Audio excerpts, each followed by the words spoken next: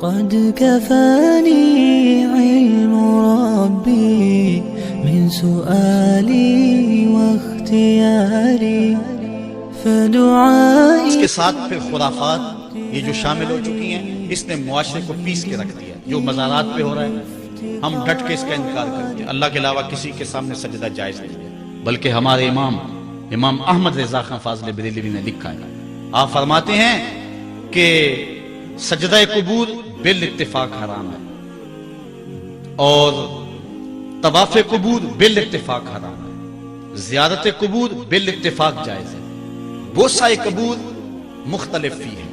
احوط یہ ہے کہ نہ دیا جائے، یعنی بوسے سے بھی اگر گریز کر لیا جائے تو کسی کو کوئی اور شائبہ نہ ہو تو یہ بھی بہتر ہے. لیکن خیر بوسے کے بارے علماء قائل ہیں، اس پر دلائل بھی موجود ہیں. لیکن قبروں کے سامنے یوں ہی کھڑے ہو جانا اور کھڑے ہو کر کے یوں سر جھکانا یہ جائز نہیں ہے. حضرت مجدد کی تعلیم کیا تھی؟ یہی بات کہی تھی اکبر نے کہ سجدہ نہیں کرتے تو ساری جھکا دی. آپ نے فرمایا نہیں جھکاؤں گا.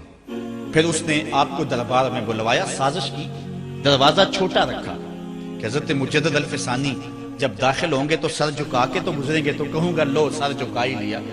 لیکن جن کے سر کو اللہ بلند کرے کون جھکا سکتا ہے؟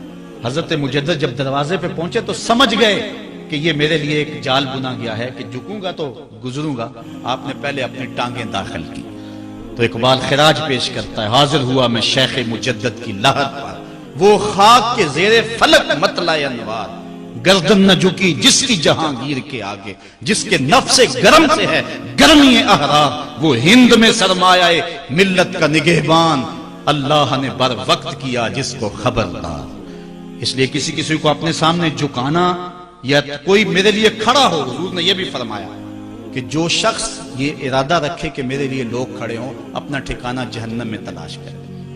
آج خود اگر کوئی کھڑا ہو جائے تو یہ اس کی مرضی. اور حضرت سعد آئے، حضور نے فرمایا قوموا الی سیدکم، یہ تمہارا سردار آیا، اس کا اٹھ کے استقبال کرو.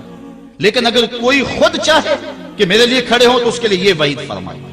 اس طرح اگر تمہارے کوئی ہاتھ چوم لیتا ہے لیکن ہاتھ چومنے کے بغیر یوں گردن جھکانا یہ درست نہیں ہے، لیکن ہاتھ چومنے کے لیے تو وہ صحابہ کے عمل سے ثابت ہے. لیکن اگر کوئی چاہے کہ میرے ہاتھ چومے جائیں اور اگر جو نہیں چومتا تو اس سے ناراض ہو جاتے ہیں. میں ایک دفعہ ایک صاحب کو ملنے گیا تو ہم ہر شخص کے ہاتھوں نہیں نہ چومتے، آخر جو ہے وہ کسی کے ہاتھ چومنے ہوں تو پھر کچھ دیکھنا بھی تو ہوتا ہے. دل اسے دے دیں جو دل بر ہی نہ ہو. تو ہم تو کسی کے ہاتھ چومتے ہیں نا، ہم وہ ہاتھ چومتے ہیں، وہ پاؤں چومتے ہیں جو راہ حق کے مسافر ہوتے ہیں. ہم ان ہاتھوں کو بوسہ دیتے ہیں اور اگر ہماری آنکھوں کی پلکوں کے ساتھ لگ جائیں تو اعزاز سمجھتے ہیں. تو خیر میں نے مصافحہ کیا تو ناراض ہو گئے، انہوں نے پکڑ کے میرے ہاتھ چوم لیے. کہنے لگے لو کیا بگڑا ہے میرا؟ میں نے کہا کہ ٹھیک ہے تمہارا کچھ نہیں بگڑا لیکن میرا بھی کیا بگڑا اگر نہیں چومے تو یہ عجیب سی کہانی ہے. ناراض ہو جاتے ہیں. ایک بت خانے بنے ہوئے ہیں. لوگ آئے ہمیں خدا بلاؤ، تم نے اپنی پوجا شروع کروا دی. لوگ آئے کہ خدا کا نام جپا جائے اور تم صرف اپنی ہی خوشامد چاہتے ہو، ہر وقت تمہارا ہی ذکر ہو.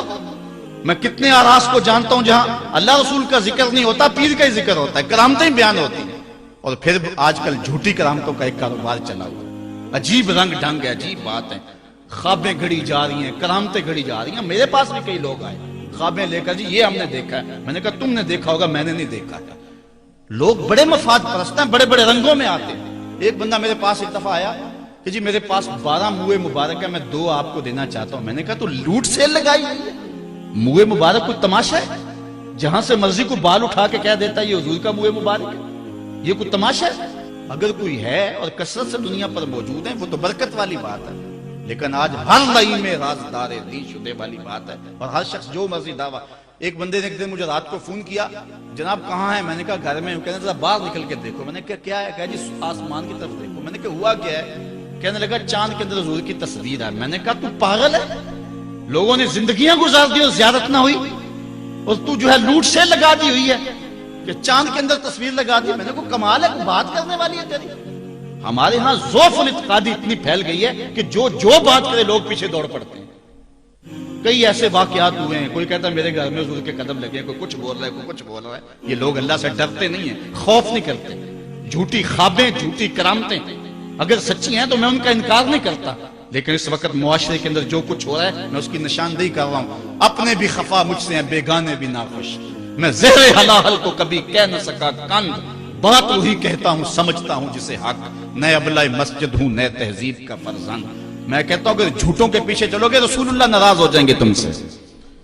یہ جرأت کیوں کرتے ہو، یہ ہمت کیوں کرتے ہو، کیوں جھوٹے دعوے کرتے ہو؟ سچ بولو، تمہارے پیچھے کوئی لگے یا نہ لگے اس کی پرواہ نہیں ہے۔ یا ایھا الذین آمنوا اتقوا اللہ وقولوا قولا سدیدا، اللہ فرماتا ہے ایمان والو سیدھی سیدھی بات کرو، پھر کیا ہوگا؟ یصلح لکم اعمالکم ویغفر لکم ذنوبکم، وہ تمہارے اعمال بھی ٹھیک کر دے گا، تمہارے بخشش بھی فرما دے گا۔ نہ لوگ اکٹھے ہوں، نہ مجمع بنے، نہ حلقہ بنے، یار یہاں تو 72 ہوں تو وہ بھی قبول ہے۔ یہاں مقدار نہیں دیکھی جاتی، یہاں معیار دیکھا جاتا ہے، سر نہیں گنے جاتے، دل گنے جاتے ہیں۔ یہاں یہ دیکھتے ہیں، مت لوگوں کو جو ہے وہ کھلونے دے کے بہلاؤ اور لوگوں کی عقیدتوں کو لوٹو اور لوگوں کے ساتھ ظلم کرو، زیادتی کرو، اپنی آخرت بھی کالی کرو اور لوگوں کی آخرت بھی کالی کرو۔ آپ دیکھیں دائیں بائیں، اپنی نظر رکھیں، نگہباں بن کے جو اہل چمن کی آبرو لوٹے۔ چمن والو عقیدت چھوڑ دو ایسے نگہباں کی، کوئی حق کا مسافر تلاش کرو، چاہے اس کے کپڑے پھٹے ہوئے ہوں، کرامت اس کی نہ ہو ساری زندگی کے اندر، لیکن محمد عربی کی غلامی تو ہو نا۔ حضرت شاہ نقشبند بخاری سے کسی نے پوچھا حضور آپ کی کوئی کرامت؟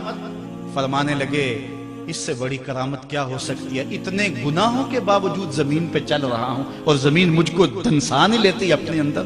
ہمارے بزرگوں کی تو کہانیاں یہ تھیں، اور آج تھوک کے حساب سے کرامتیں دی جا رہی ہیں۔ آج کے پیروں کی اتنی کرامتیں، غوث پاک کی بھی اتنی کرامتیں بیان نہیں ہوتی جن کی ان کی کرامتیں بیان ہو رہی ہیں، دڑا دڑ کرامتیں بیان کر رہے ہیں۔ ایک بندے کے یہاں بچہ پیدا ہوا اور اس نے یہ شور کر دیا کہ یہ رمضان کے دنوں میں دودھ نہیں پیتا، اس لیے کہ حضرت غوث پاک بھی نہیں پیتے تھے، وہ بھی پیدائشی غوث تھے اور یہ بھی پیدائشی غوث ہے، اور رمضان کے دنوں میں دودھ نہیں پیتا۔ اچھا کوئی 2-4 ماہ گزرے تو اس غوث کی ماں کو طلاق دے کے نئی عورت سے شادی کر لی۔ میں نے کہا کم از کم اتنا تو خیال رکھتے، جس نے غوث جنم دیا ہے اس کو تو عزت سے گھر سے رکھتے۔ تو یہ کیا تماشے ہیں، کیا لوگ بے وقوف ہیں؟ اب لوگ سمجھنے لگے ہیں، لوگ جو ہے وہ ان وجہ سے پھر دور دین سے ہوتے ہیں، نقصان یہ ہوتا ہے۔ لیکن میں آپ کو کہتا ہوں دنیا سے حق ناپید نہیں ہوا۔ اگر مداری گر موجود ہیں، ڈاکو لٹیرے اور چور موجود ہیں، تو حق کا ڈنڈورا دینے والے بھی اس دھرتی پہ بستے ہیں۔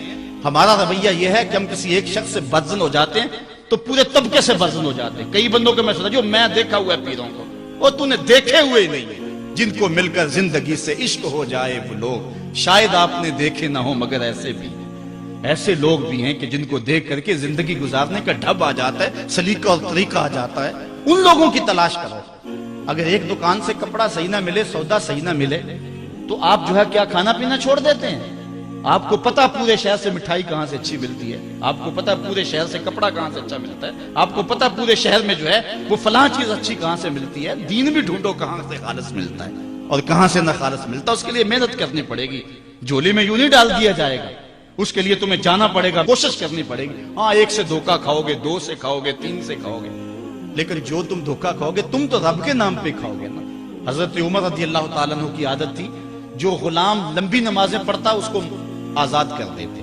غلاموں کو سمجھ آ گئی، لمبی نمازیں پڑھنی شروع کر دی، آپ آزاد کر دیتے۔ کسی نے کہا عمر تم تو بھولے آدمی ہو، یہ نمازیں اللہ کے لیے نہیں پڑھتے، یہ آزادی کے لیے پڑھتے ہیں۔ تو حضرت عمر نے کہا یہ مجھے اللہ کے نام پہ دھوکہ دیتے ہیں، میں 100 بار کھانے کے لیے تیار ہوں۔ ایک جگہ سے دھوکہ کھایا، 2 سے کھایا، 3 سے کھایا، 4 سے کھایا۔ جب تمہاری نیت ٹھیک ہوگی منزل ضرور ملے گی، یہ ہو نہیں سکتا۔ خورش دے بدرا جو کب کو ہمام کہ یک روز افتد ہمائے بدام۔ سادی کہتے ہیں چارہ ڈالتا جا، دانا ڈالتا جا، کبھی تتر آئے گا، کبھی مور آئے گا، کبھی کبوتر آئے گا، پھر ایک دن جس کو تو تلاش کرتا ہے وہ ہما بھی تو آ ہی جائے گا نا۔ اس لیے حق کے سفر کو نہ چھوڑنا، چلتے رہنا اور راہ حق کی منزل پر انشاءاللہ ایک دن ضرور گامزن ہوگے۔ ہم مدینے کی گلی میں پھر دوبارہ چلتے ہیں۔ حضرت عمر رضی اللہ تعالیٰ عنہ کا دربار لگا ہے، ایک شخص کو پکڑ کر لوگ لے آتے ہیں کہ شخص نے ہمارے باپ کو قتل کر دیا۔ حضرت عمر رضی اللہ تعالیٰ عنہ نے پوچھا کیا ماجرا ہے بھائی؟ اس نے کہا جی واقعی میں ان کے باپ کا قاتل ہوں، لیکن میں نے قصداً قتل نہیں کیا۔ ہوا یہ کہ میں ایک مسافر ہوں، جا رہا تھا، راستے کے اندر سبز چراگاہ تھی، میرا اونٹ بھوکا تھا، اس چراگاہ میں داخل ہو گیا۔ اس کے بوڑھے باپ نے پتھر اٹھایا اور میرے اونٹ کو مارا، اس کی آنکھ نکل گئی۔ مجھے بڑا غصہ آیا، میں نے وہی پتھر اٹھا کر اس کے باپ کو دے مارا، لیکن وہ ایسے ٹھکانے پہ لگا کہ اس کا باپ فوراً فوت ہو گیا۔ میرا قصد اور ارادہ نہیں تھا، لیکن بہرحال میں اس بات کا اقراری ہوں کہ میں نے اس کے باپ کو قتل کر دیا ہے۔ آپ جو حکم سنائیں میں اس کو قبول کروں گا، لیکن میں ایک مہلت مانگتا ہوں کہ میرے دوست، میرے بھائی کی کوئی رقم میرے ذمے ہے، میرے پاس اس نے امانت رکھی ہوئی ہے اور وہ مجھے پتا ہے کہ میں نے کہاں چھپا کے رکھی ہوئی ہے۔ اگر آپ فیصلہ کر دیتے اور میری گردن کاٹ دی جاتی ہے تو وہ امانت جو میں نے رکھی ہوئی ہے سنبھال کر کے، میرے علاوہ کوئی جانتا بھی نہیں ہے، تو وہ اس تک کون پہنچائے گا؟ اگر آپ مجھے 3 دن کی مہلت دے دیں تو میں جا کر کے اس کی امانت اس کو واپس کر کے پھر واپس آؤں گا، پھر یہ پھندا پھانسی کا میں اپنے گلے میں ڈلوانے کے لیے تیار ہوں۔ حضرت عمر رضی اللہ تعالیٰ عنہ نے فرمایا کہ کوئی شخص تیری ضمانت دے دے تو ہم تجھے چھٹی دینے کے لیے تیار ہیں۔ اس نے دائیں بائیں دیکھا، پورے مدینے میں اس کا کوئی شناسہ ہی نہیں تھا، واقف ہی نہیں تھا، ایک اجنبی شخص تھا۔ حضرت ابو ذر غفاری کھڑے ہو گئے، کہا حضرت عمر میں اس کی ضمانت دیتا ہوں۔ ضمانت دے دی گئی، وہ چلا گیا۔ تیسرے دن وعدے کا جو وقت تھا، لوگ جمع ہو گئے، دربار لگ گئے، ابھی تک آنے والا نہیں آیا۔ لوگوں نے کہا ابو ذر تو نے غلطی کی ہے، ایک اجنبی کی ضمانت دی اور ابھی تک وہ نہیں آیا۔ اور میاں صاحب فرماتے ہیں ایک بار جو پھائیں اڑ جاندے ہو پھر کدی نہ پھنستے نے۔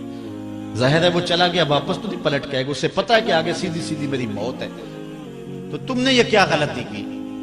خیر آپ نے فرمایا کہ اگر وہ نہ آیا تو یہ پھانسی کا پھندا میرے گلے میں ڈال لینا، لیکن بہرحال میں نے اس کی ضمانت دی ہے۔ کچھ عرصہ بیتا کہ دور سے گرد و غبار اڑتا ہوا دکھائی دیا۔ جب صورت واضح ہوئی تو وہی شخص تھا۔ حضرت عمر فاروق رضی اللہ تعالیٰ عنہ کے دربار میں کھڑا ہو کہنے لگا حضرت کسی وجہ سے تاخیر سے پہنچا ہوں، معذرت چاہتا ہوں، اب جو حکم ہے پورا کیجیے۔ حضرت عمر رضی اللہ تعالیٰ عنہ اس کے پھانسی کے احکامات جاری کر چکے تھے۔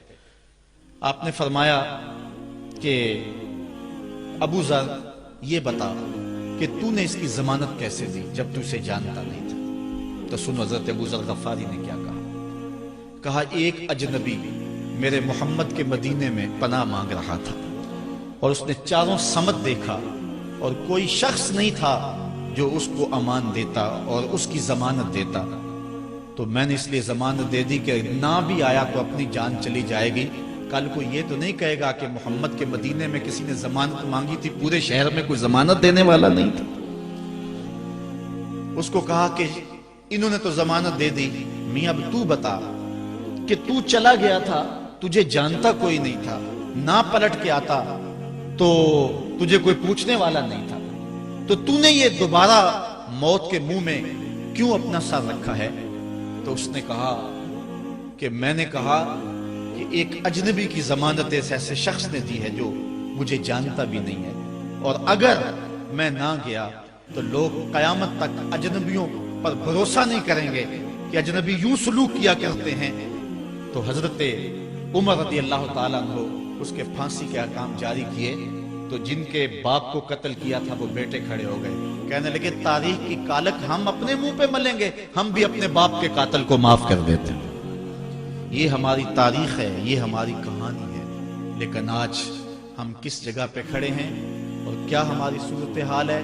نہ ہمارا کردار رہا اور نہ ہمارا کوئی تشخص رہا۔ آج ہم نے اپنا تشخص بھی مٹا کے رکھ دیا، اپنے طرز زندگی بھی بدل دی، نہ ہماری باطن کی وہ روشنی رہی، نہ ظاہری وہ صورتیں رہی کہ ہم پہچانے جائیں کہ حضور کے غلام، بلکہ آج بھانت بھانت کی بولیاں بول رہے ہیں۔ اقبال نے کیا کہا تھا، اپنی ملت پر قیاس اقوام مغرب سے نہ کر، خاص ہے ترکیب میں تجھے قوم رسول ہاشم۔ بلکہ آج فیشن کے طور پہ یہ کہا جاتا ہے جی آج کل دین پہ چلنا بڑا مشکل ہے، یہ آپ بھی سنتے ہوں گے، لوگ کہتے ہیں جی آج کل دین پہ چلنا بڑا مشکل ہے۔ یہ کون کہہ رہا ہے؟ جو مسجد میں آتا ہے تو موسم کے مطابق گرم اور سرد پانی دستیاب ہے، اس کے لیے ماحول ہے، اس کے لیے خوبصورت قالین بچھے ہوئے ہیں، مخملی مسلے رکھے ہوئے ہیں، جو نرم اور گداز مسلوں پہ پیشانی رکھ کر کے سجدہ کرتا ہے، وہ بطور فیشن کہہ رہا ہے جی آج کل دین پہ چلنا بڑا مشکل ہے۔ میں اس کے جواب میں کہا کرتا ہوں میاں تیرے لیے مشکل ہے یا کربلا والے حسین کے لیے مشکل تھا؟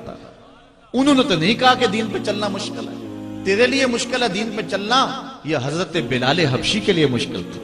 جنہوں نے تپتی ہوئی ریت پہ سجدے کیے، گلے میں رسا ڈال کر کے گھسیٹا گیا، اور انہیں پاؤں میں زنجیریں ڈال کر کے مکے میں کھینچا گیا، ہاتھوں اور پاؤں میں میخیں ٹھونک دی گئی، چکی پسرائی گئی، لیکن بلال ہیں کہ آگے مسکرا رہے ہیں۔ کسی نے گزرتے ہوئے کہا بلال عجیب تماشا ہے، عجیب کہانی ہے کہ وہ تمہیں مار رہے ہیں اور تم آگے سے مسکرا رہے ہو۔ تو سنو حضرت بلال نے کیا جواب دیا۔ حضرت بلال فرمانے لگے میاں تم جاؤ نا بازار میں مٹی کا برتن بھی خریدنے، تو اس کو بھی ٹھونک بجا کے دیکھتے ہو کہیں کچا تو نہیں ہے، اس کی آواز تو خراب نہیں ہے۔ کہا تم تو مٹی کا پیالہ بھی خریدو تو ٹھونک بجا کے دیکھتے ہو کہیں کچا تو نہیں ہے، میرا مالک مجھے خرید رہا ہے، دیکھ رہا ہے بلال کہیں کچا تو نہیں ہے۔ میں کہتا ہوں مالک کھال ادڑ بھی جائے گی، حق حق کی آوازیں ختم نہیں ہوں گی۔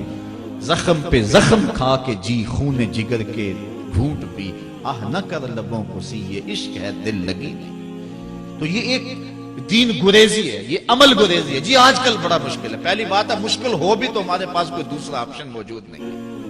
ہم ان لوگوں کی کہانیاں بھول سکتے ہیں کہ جنہوں نے اس دین کے راستے کے اندر دکھ بھی سہے، ان کو ٹکڑے بھی کر دیا گیا، ان کو 2 اونٹوں کی پچھلی ٹانگوں سے باندھ کر کے 2 ٹکڑوں میں بانٹ بھی دیا گیا، لوہے کی کنگھیوں سے بدن چھیدے بھی گئے، ہڈیاں توڑی بھی گئیں، آگ میں ڈالا بھی گیا، جلتے اور کھولتے تیل میں پھینکا گیا، لیکن انہوں نے رب کا نام نہیں چھوڑا۔